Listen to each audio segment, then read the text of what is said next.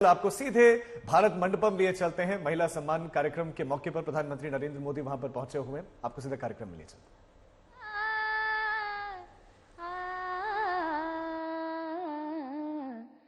डिमिक डिमिक डमरू कर बाजे, प्रेम मगन नाचे भोला भोला।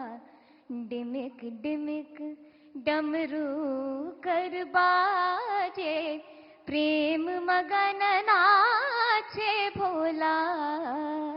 सिंही नाद बजावत गावत, सिंही नाद बजावत गावत, लटक रही बगली झोला भोला। डिमिक डिमिक डमरू कर बाजे, प्रेम मगन नाचे भोला। बहुत बहुत बधाई आपको। आपने देखा होगा कि मैंने मन की बात में एक बार एक जर्मन बच्ची का उल्लेख किया था। वो जन्म से उसको आंखें नहीं है, हिंदुस्तान देखा नहीं है, और मैं हैरान हूं कि भारत के दक्षिण भारत की भाषाओं के गीत इतना तेजी से ग्रास करती है। और भी पिछले दिनों यहां आई थी तो मेरा मिलना हुआ, तो उसने तमिल में मुझे शिव भजन सुनाया।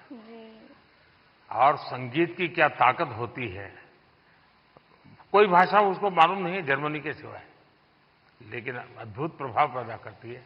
आपको भी वो परमात्मा ने कृपा दी है, आपने साधना भी की है। मेरी तरफ से बहुत बहुत शुभकामनाएं। बहुत बहुत शुक्रिया। क्या मैं आपके साथ एक तस्वीर लेनी है? कैसे? अच्छा, सेल्फी के बिना नहीं चलता है। आज रात से मिले, मुझे बहुत खुशी हुई। बहुत बहुत शुक्रिया, धन्यवाद। And now the best internet award की विनर है जया किशोरी, जिन्हें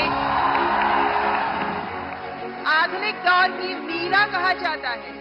one of the youngest spiritual orators, she shares stories and teachings from Bhagavad Gita and Ramayana in insightful manner. बहुत बहुत बधाई आपको। चलिए, आपने लोगों को आध्यात्मिक दुनिया की तरफ बड़ी आधुनिक तरीके से रुचि फैलाई है। बहुत बहुत धन्यवाद। बताइए कुछ।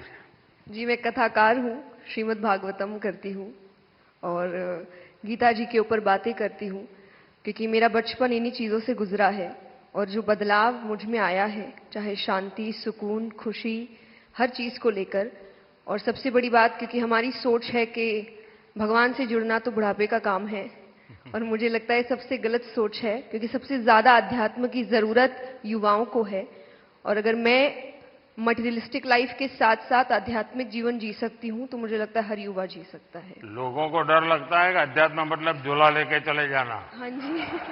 तो आप उसको रास्ता बताइए। पर ऐसा बिल्कुल नहीं है, क्योंकि सबसे बड़ा आध्यात्मिक ज्ञान है श्रीमद् भगवद गीता, और वो एक ऐसे व्यक्ति को सुनाई जा रही है, अर्जुन, जो आगे जाके राजा बनने वाले हैं।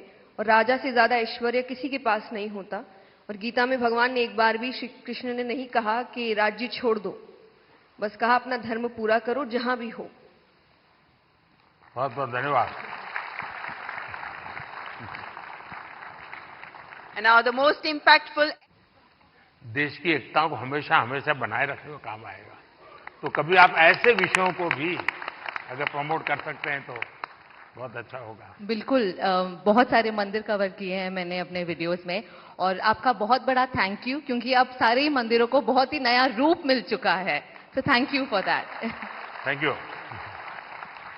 And now let's recognize the best creator in tech category. और इसके विनर हैं टेक्निकल गुरुजी के नाम से जाने जाने वाले गौरव चौधरी। आपका पहला टेक चैनल है जो 1 करोड़ सब्सक्राइबर्स के मार्क को क्रॉस कर गया। And you even covered UPI in Paris. That's Gaurav Chaudhary.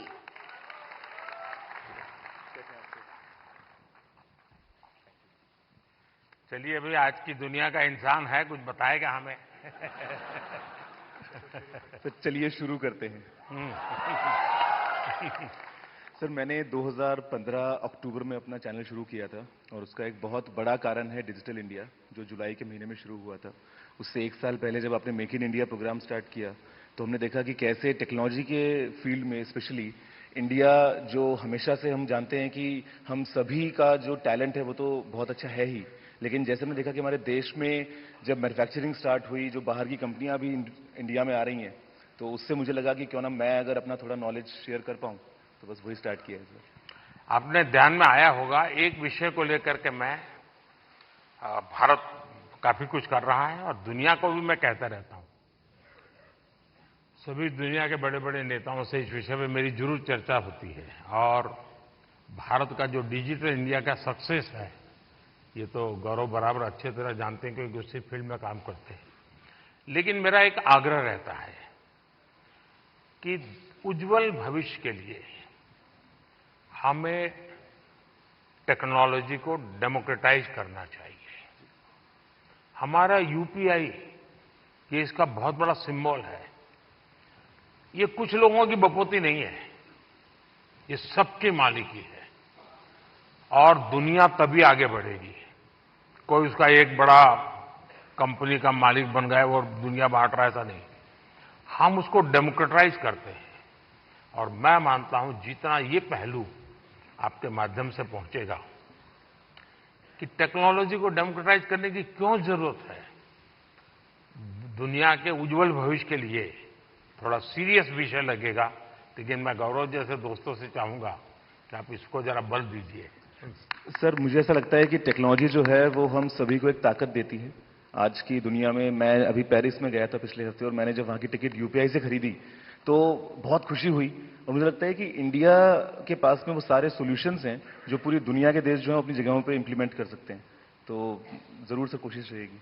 बहुत बहुत बधाई। Thank you. और माननीय प्रधानमंत्री जी के स्वच्छ भारत अभियान से प्रेरणा लेकर जिन लोगों ने डिजिटल कंटेंट क्रिएट किया, उनमें से चुने गए स्वच्छता एम्बेसडर हैं मल्हार कलाम्बे, अ नोटेड एनवायरमेंटलिस्ट जो 2017 से प्रति सप्ताह स्वच्छता अभियान चलाते रहे हैं, स्वच्छता और सतत विकास को लेकर जागरूकता भी फैलाते रहे हैं। दैट्स मल्हार कलाम्बे। मल्हार, ये जो लोग क्रिएटर्स हैं ना, उसमें कुछ लोग वो भी हैं जो क्या खाना चाहिए वो भी कहते हैं।